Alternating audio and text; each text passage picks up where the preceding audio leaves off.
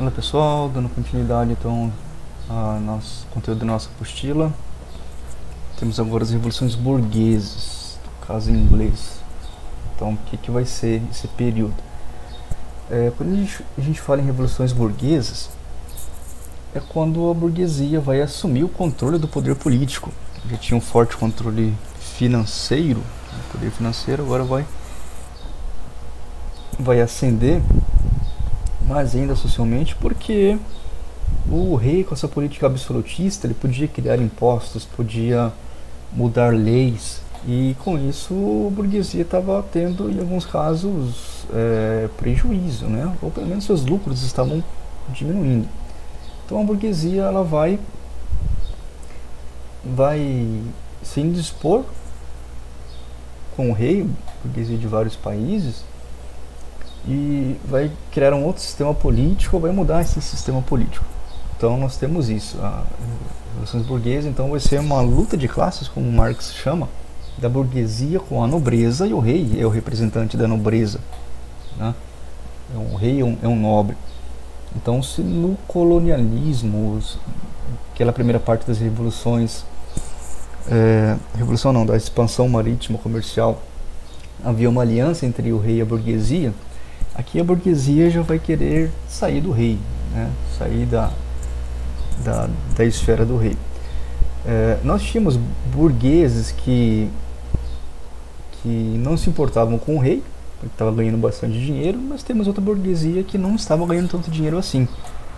Então não é toda a burguesia vai se voltar contra o rei. Então é uma parte dela. E nessas revoluções burguesas a gente vai ter as maiores, para o nosso estudo, que são as revoluções inglesas, quando a burguesia chega ao poder e faz de tudo para permanecer. A independência dos Estados Unidos, também chamada de Revolução Americana, e a Revolução Francesa. São todas elas revoluções burguesas. Mas, como é muito conteúdo, no momento a gente vai ver só sobre o caso inglês. Então, o que vai acontecer? Vai haver guerras, conflitos, e o sistema político vai deixar de ser uma monarquia absolutista para se tornar uma monarquia parlamentar.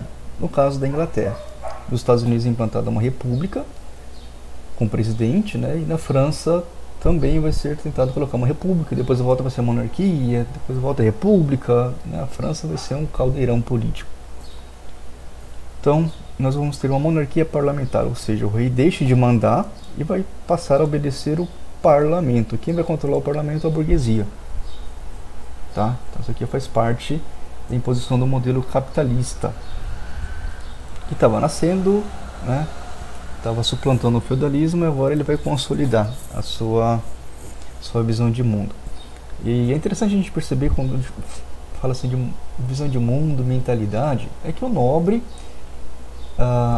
o dinheiro da nobreza, falando assim de um modo geral, ela vinha das rendas das terras, ou seja, dos impostos que a nobreza cobrava dos camponeses.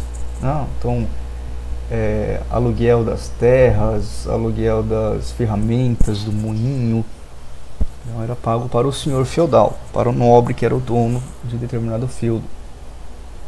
E a burguesia, a nobreza, desculpa, era bastante pomposa, né? Ela gostava de se mostrar, então o que ela ganhava, gastava. Já a burguesia tinha uma outra mentalidade, a mentalidade da poupança, do acúmulo. Portanto, a burguesia ela não vai se desbanjar, ela vai gostar de poupar. Muitos deles levam uma vida ascética, quer dizer, uma vida sem luxo, né? Relativamente simples. Muitos deles até nem bebiam, né? Bebida alcoólica, porque isso é considerado um desperdício, isso não é racionável. Beber para quê, né? Fora os problemas que o álcool traz. Então, eles não era de festa, digamos assim. E eles vão poupar para posteriormente ampliar o negócio, né, fazer o dinheiro render mais. Então o dinheiro tem um valor por si mesmo, né, que vai conferir poder à burguesia. E na Inglaterra, o que nós vamos ter? A antiga nobreza, aristocrata, portanto dona de grandes terras, e vai ter uma nova nobreza podia ter também, advir dessa nobreza aristocrata, mas que eram proprietários rurais que tinham incorporado essa mentalidade capitalista do acúmulo, né, de ganhar cada vez mais. E então nós vamos ter parte aí dessa antiga nobreza que vai se aliar com novos proprietários rurais, pessoas que conseguiram comprar terras, né, de certa forma, e vão começar a criar ovelhas para fazer tecido, né, tecido da lã. E esses antigos proprietários rurais que, digamos, comportavam nas suas terras camponeses, começam a expulsar esses camponeses para criar sua ovelha, vai pagar o funcionário para criar as ovelhas. Então esse processo de cercamento. Portanto, famílias que estavam em determinadas regiões há muitos anos, gerações, foram expulsas da sua terra porque não era dona da terra, né? Não tinha um papel, digamos assim, não era dona oficial. E essas pessoas vão para as cidades, e nas cidades vão se acumular uma massa de trabalhadores, vão ser uma mão de obra barata, que vão alimentar futuramente a Revolução Industrial. Tá? Estão inicialmente trabalhando em suas casas, depois vão trabalhar nas indústrias. Então nós temos uma coisa muito importante, o processo de cercamento dessas terras para criar ovelhas, né? Iniciando aí um êxodo rural. Bem, nós tínhamos, portanto, na Inglaterra, no século XVII, o absolutismo, e aí havia essa questão de o rei criar impostos que desagradavam muito a burguesia, sobretudo essa burguesia manufatureira, e então estava trabalhando num sistema parecido com o que seria as indústrias, né? Parecido.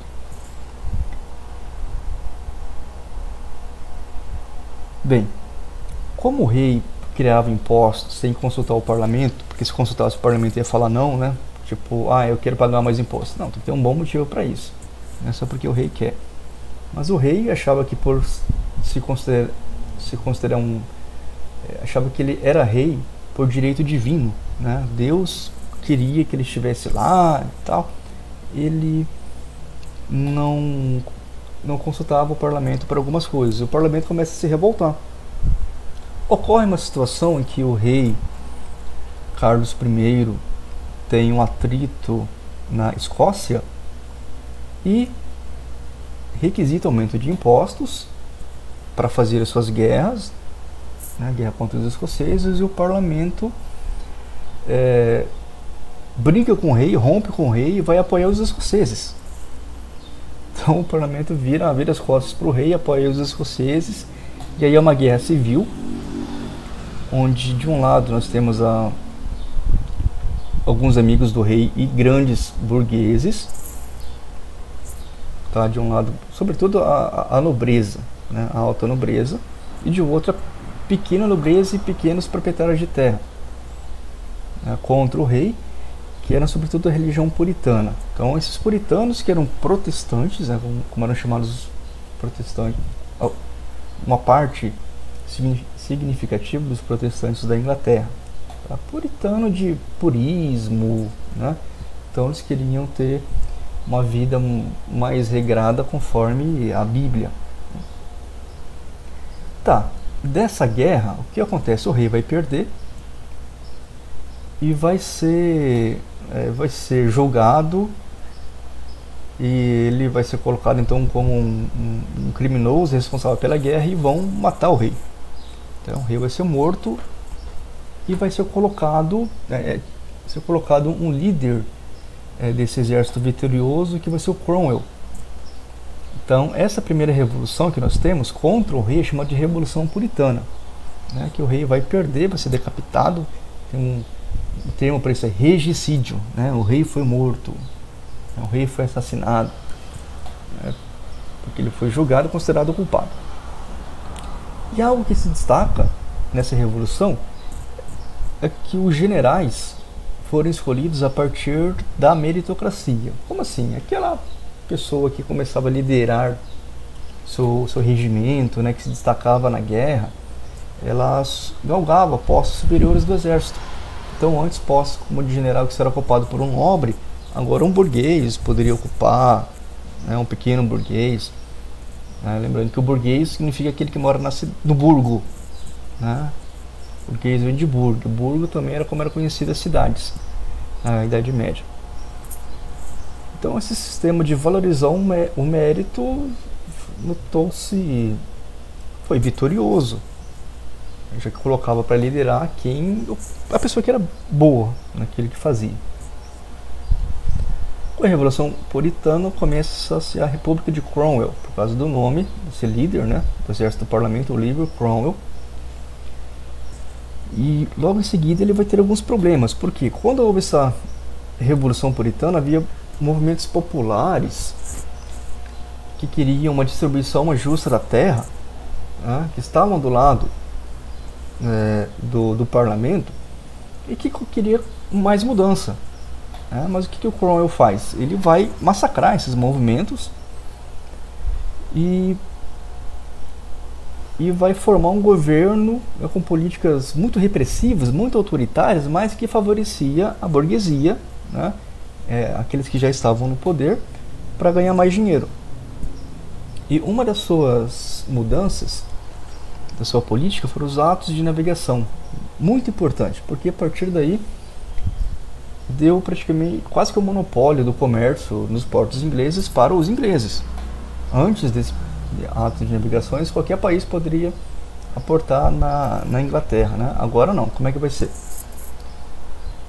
Se você vai comprar um produto de Portugal, um navio português pode vender, né? Pode aportar na Inglaterra, tranquilo. Agora, se fosse, por exemplo,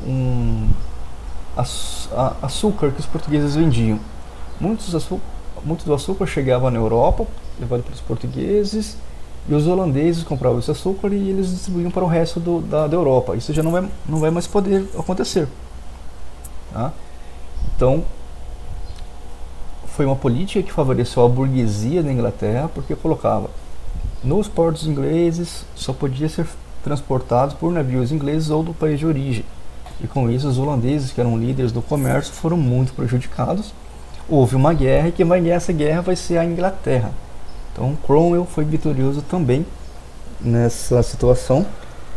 E com isso a Inglaterra torna-se a principal potência marítima, né, ainda no século XVII.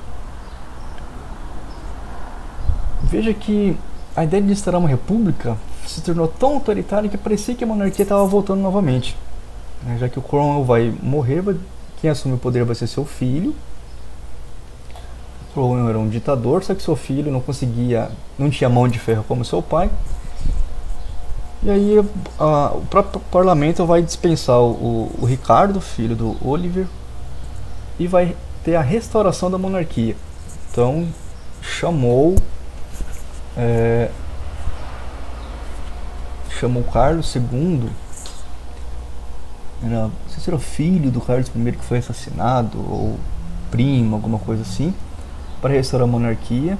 Só que quando volta, Carlos II ficou pouco tempo no poder e veio logo Jaime II, da mesma dinastia, dos Stuart. Eles tentaram colocar novamente esse sistema absolutista, onde o rei reina, né? O rei governa, o rei faz as leis. A burguesia não gostou disso, porque a grande questão era o aumento de impostos, eles terem que pagar mais impostos. O que vão fazer? Eles vão expulsar Jaime II e vão convidar uma outra pessoa, né? Vão convidar um príncipe holandês. Olha só como que o jogo de poder varia, né? Inglaterra expulsando o rei, Inglaterra fazendo guerra contra a Holanda, agora a Inglaterra chama um holandês para ocupar o trono. Então Jaime II buscava convidar o príncipe holandês Guilherme de Orange, genro do rei destronado, né? Então ele era casado com a filha do Jaime II, e ele se torna rei da Inglaterra, só que agora é um rei diferente, um rei que vai assinar a Bill of Rights, então a declaração dos direitos. Logo, isso colocava que o rei tinha que seguir algumas leis, né? O rei não podia mais aumentar imposto antes de passar pelo parlamento e conferia liberdades civis, por exemplo, de habeas corpus, né? Ninguém pode ser preso a não ser que tenha provas contra ele, né? Começa a organização de um sistema jurídico muito mais racional, né? Então a ideia da igualdade jurídica, né? E a liberdade individual começa nesse período. Então nós temos na Inglaterra a primeira monarquia constitucional, monarquia parlamentar do mundo. Com isso, vamos lá, quem é que manda? É o parlamento, e quem compõe o parlamento é a burguesia. Então, dessa forma, eles preferiram deixar a figura de um rei, manter um rei, porque o rei é uma figura tradicional. É mais fácil as pessoas obedecerem um rei, tem lá uma coroa, né, que é tudo simbólico, do que uma pessoa comum. Então deixa o rei como símbolo, tem parte na política, sim, né? Mas quem acaba fazendo a maior parte das políticas é o parlamento, e quem domina o parlamento é a burguesia. Então, com isso a burguesia governava para si, para os seus interesses, favorecendo então o acúmulo de capitais. A burguesia se enriquece. Esse termo até meio complicado de utilizar, mas vamos lá, modernização da agricultura, né, tornando as terras mais produtivas, embora causando o êxodo rural, expulsando camponeses. Com essa expulsão você tem uma mão de obra farta e barata nas cidades, ausência de legislação trabalhista, e aí, particularidade da Inglaterra, uma abundância de carvão mineral e ferro no subsolo inglês. Então as minas de carvão vão ser essencial depois para as caldeiras das indústrias que vão mover a Revolução Industrial. O puritanismo, né, com essa mentalidade de valorizar o trabalho para a poupança, poupar para se reinvestir, né? E a Revolução Gloriosa, que vai ser esse, digamos, depois de tanta confusão, né, eles vão tirar um rei e chamar um outro rei. Por que chama Revolução Gloriosa? Porque foi uma revolução sem sangue, né, que não teve batalha, foi tudo, conseguiu-se fazer uma mudança política por meio de acordos para quem está no poder, né, continuar se mandando. Quem estava no poder já, a burguesia. Por causa desses fatores, a Inglaterra vai ser pioneira na Revolução Industrial. Então a Revolução Industrial vai começar pelo setor têxtil, né, produção de tecidos. E a grande característica é a invenção de máquinas cada vez mais produtivas.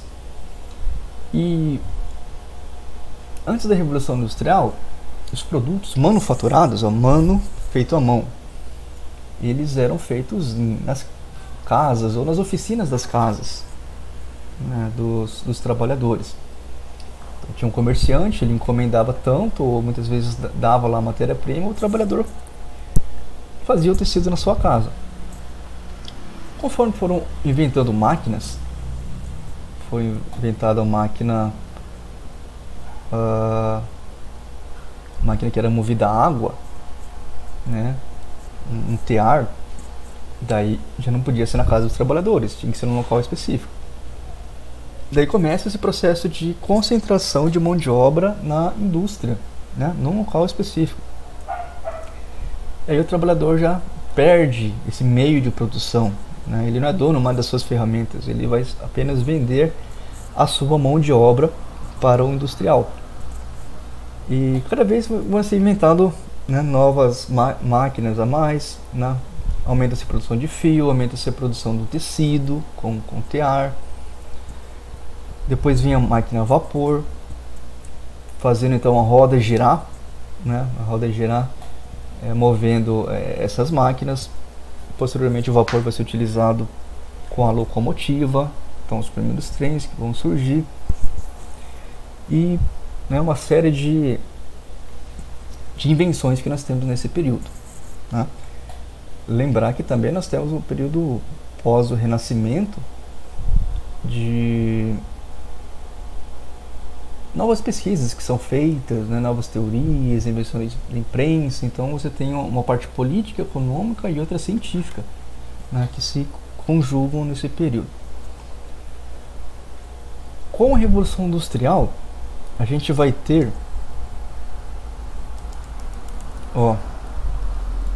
que chama de industrialismo, mas o industrialismo muitas vezes ele aparece com a ideologia chamada liberalismo econômico, que aí é o Estado intervir menos na economia.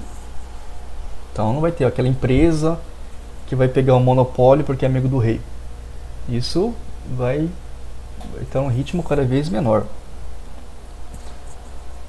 Então começa a livre concorrência. Só que quem é que vai poder criar grandes empresas? Só aquele que já tem dinheiro, né? Então é liberal, mas nem tanto. Daí nós temos que na Revolução Industrial a situação do trabalhador piora, né? Porque as fábricas eram sujas, mal iluminadas, insalubres, as pessoas tinham que morar em cortiços, casas pequenas, o sistema de esgoto, quando havia, era muito ruim, se espalhava doenças, pagava-se pouco para os trabalhadores, tanto que eles só podiam comprar, a maioria deles, batata, né? Passava vários dias comendo batata. E aí, para fazer uma contraposição, né, a essa situação, os trabalhadores começavam a se organizar. No primeiro momento não pareceu muito racional a organização deles, porque como eles percebiam que a cada nova invenção mais trabalhadores eram dispensados, então ele falou, as máquinas estão tirando o nosso emprego, né? Então vamos quebrar as máquinas, né? Já que não eram escutados mesmo, então uma forma de manifestar sua revolta é quebrar a máquina. E esse movimento de quebra-máquina foi conhecido como ludismo. Posteriormente, os trabalhadores começam a se organizar nas trade unions, então na união de trabalhadores, que vai dar origem ao sindicato. Daí eles vão organizar passeatas, greves, né, fazer manifestações para redução da jornada de trabalho. Chegava a 16 horas, 14 horas diárias. Imagina o que é 14 horas diárias. Muito tempo. E um outro grande movimento que teve foi o cartismo, que era um movimento mais pacífico, embora havia manifestações, passeatas, olha essa semelhança no nome, né? Passeata pacífica. Passeata tem que ser pacífica. E que eles exigiam o sufrágio universal masculino. O que é o voto? O voto, todos os homens poderiam votar. Então, mulher deixa para depois. A questão aqui era os homens, eles que tinham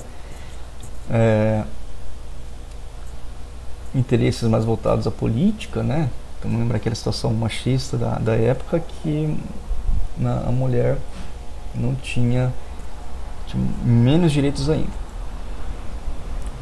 Depois o pagamento de salários para deputados. Olha só, tem muita gente hoje que fala, o deputado não deveria ganhar nada não, devia ser uma honra, né? Ou deveria ganhar um salário mínimo apenas. Bem, se isso acontecesse, hoje em dia já está difícil o trabalhador conseguir se eleger, né?